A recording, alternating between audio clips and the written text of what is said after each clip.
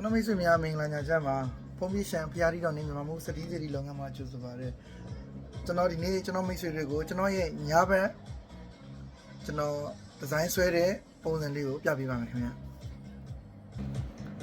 ဒါကျွန်တော်တို့ဧည့်သည်တွေကိုပေါ့နော်ကျွန်တော်ကအဓိကတော့ကျွန်တော်တို့စတီးပန်းနေဆိုရင်ကျွန်တော်အစာအုပ်ပုံအတိုင်းနေပင်ဆွဲပြပါတယ်ခင်ဗျာပုံစံလေးဒီလိုပုံစံအတိုင်းပြီးရင်ကျွန်တော်အတိုင်းတိုင်းအောင်မှာဒီလိုစတီးပန်းမြန်မာမှုပန်းတွေကနုတ်ပန်းတွေတက်ပေးတယ်ပေါ့နော်3D dimension နဲ့ကျွန်တော်တက်ပေးတယ်တက်ပေးပြီးတော့မှကျွန်တော်ကဒီ runner ထုတ်ပြီး runner ချပြီးတော့မှဧည့်သည်ကိုကျွန်တော်ပြပေးတယ်ပေါ့နော်ဒီလိုပုံလေးတွေပေါ့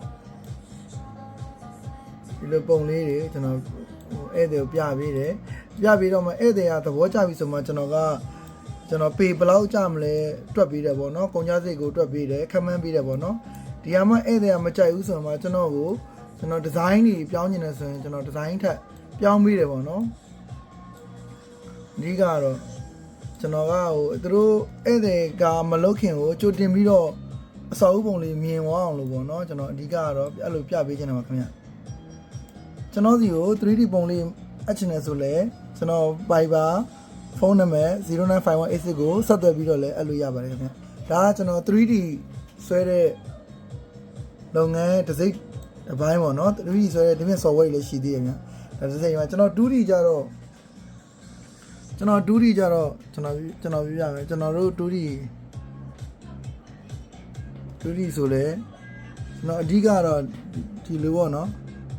ကျွန်တော် 2D ကိုလက်နဲ့လည်းဆွဲလက်ခဲနဲ့လည်းဆွဲသလိုပေါ့ကျွန်တော်ဒီကွန်ပျူတာနဲ့လည်းဆွဲတယ်ခင်ဗျ2D ဖျားကန်းပုံမဲဖြစ်ဖြစ်ပေါ့နော်ကျွန်တော်တို့အဓိကကတော့ဘလို့ဒီဇိုင်းမဆိုပေါ့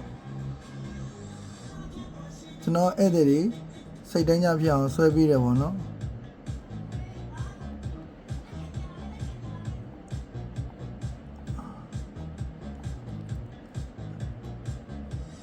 ဒါကတော့ကျွန်တော်ကွန်ပျူတာဆွဲတဲ့ပိုင်းမှာเนาะ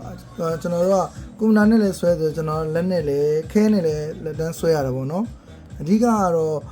ဆွဲပြီးတဲ့ဒီဇိုင်းကိုဧည့်သည်ကိုချပြရတယ်ဧည့်သည်သဘောကျရင်ဆိုမှကျွန်တော်တို့ကလုပ်ပြီးတယ်ပေါ့နော်အဓိကနောက်တစ်ခုကကျွန်တော်တို့ကဇေဒီဒီဇိုင်းပဲဖြစ်ဖြစ်အစာအုပ်ဒီဇိုင်းပဲဖြစ်ဖြစ်ပေါ့နော်ကျွန်တော်တို့ကဒီလိုစာအုပ်တွေပေါ့အဓိကစာအုပ်တွေရှေးတော့ဆရာကြီးတွေရေးခဲ့တဲ့စာအုပ်တွေဒီလိုနောက်ပိုင်းစာအုပ်တွေအဲ့လိုစာအုပ်တွေကိုအမိညမ်းပြီးတော့လေကျွန်တော်တို့က